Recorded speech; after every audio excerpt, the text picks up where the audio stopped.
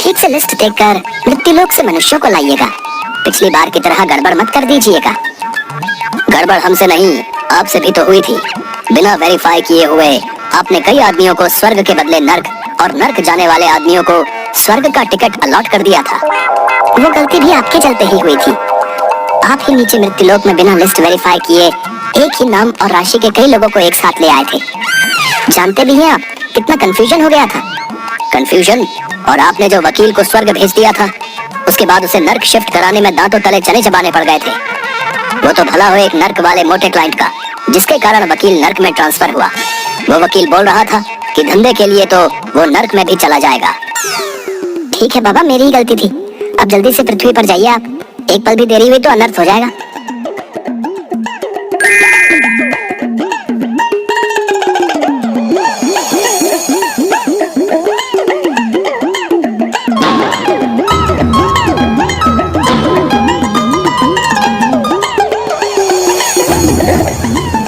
बेटा महेश, ये कवि तो अभी कविता सुना रहा है, लेकिन इसकी अभी अकाल मृत्यु है।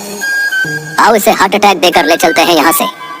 मंच पर विराजमान अतिथिगण एवं श्रोतागण, वीर रस की एक पंक्ति आप लोगों को समर्पित कर रहा हूँ। अबे तिनके, एक हवा का झोंका आएगा तो न जाने किधर गिरेगा, लेकिन कविता पढ़ेंगे तो वीर रस की ही। वाह रे प्रभु, तेरी लीला तू ही जाने।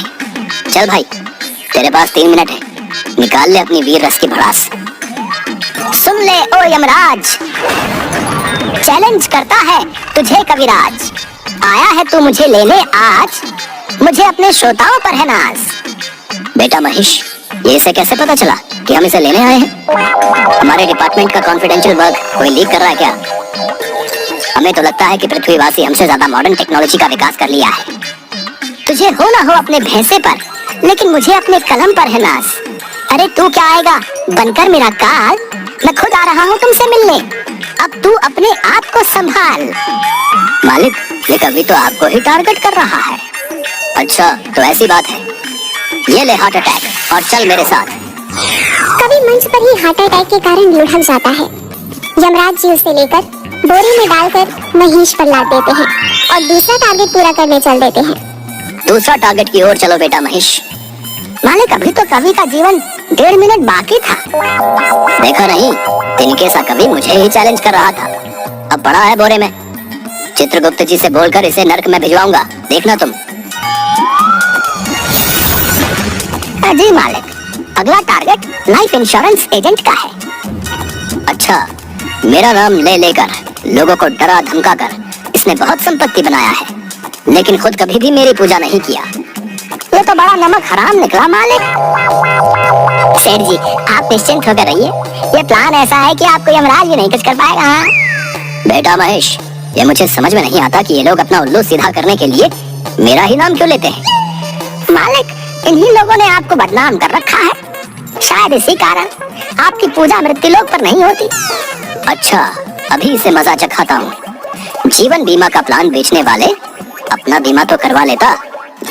यमराज बीमा एजेंट को भी बेल हैंडेज करवाकर अपने साथ ले लेते हैं। अगला नंबर एक डॉक्टर का रहता है। चलो अब कुछ पढ़े लिखे लोगों से मिला जाए। जी मालिक, चलिए इन्हें भी ले लेते हैं। देखो भाई, तुम्हारे पेशेंट की हालत बहुत ही क्रिटिकल है। अगर 24 घंटे के अंदर ऑपरेशन नहीं हुआ तो यमराज ही इसका मालिक है। लेकिन इसको तो मामूली खांसी हो रहा है बस। डॉक्टर तुम हो या मैं? ये खांसी मामूली नहीं है, गले में फंगस बैक्टीरिया दोनों ने एक साथ अटैक कर दिया है। लेकिन इसके लिए आपने culture test, HIV test, X-ray, CT scan, इतने सारे टेस्ट क्यों लिखवा दिए हैं?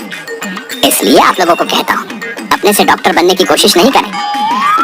मैं कोई रिस्क नहीं लेना चाहता, क्रिटिकल केस है पेशेंट का। चलिए आप काउंटर पर जाकर 2 लाख रुपया जमा करवाइए और 6-7 लाख रुपए का इंतजाम कर लीजिएगा। अब लेकिन इतने पैसे कहाँ से लाऊंगा? आप एक बार ठीक से चेकअप कर लीजिए प्लीज। मुझे नहीं लगता कि ऑपरेशन की जरूरत होगी। मैंने अच्छे से चेकअप कर लिया है। जाइए पैसे जमा कर और पैसे का इंतजाम कीजिए। अपने पेशेंट का यमराज नहीं बनिए। देख रहा है ना बेटा महेश, किस तरह इन लोगों ने मेरा नाम बदनाम कर रखा है। इस डॉक्टर को तो अब एक पल भी जिंदा नहीं छोड़ सकता।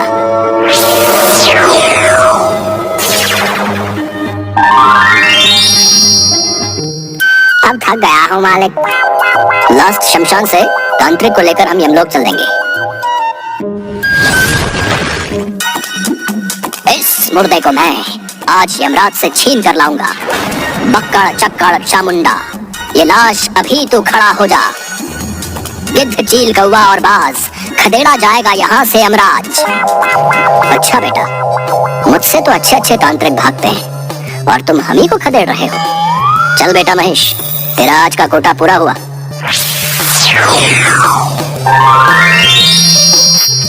इस तरह यमराज कवि, एजेंट, डॉक्टर और तांत्रिक को लेकर यमलोक चले जाते हैं। लेकिन सब उल्टा पुल्टा हो जाता है।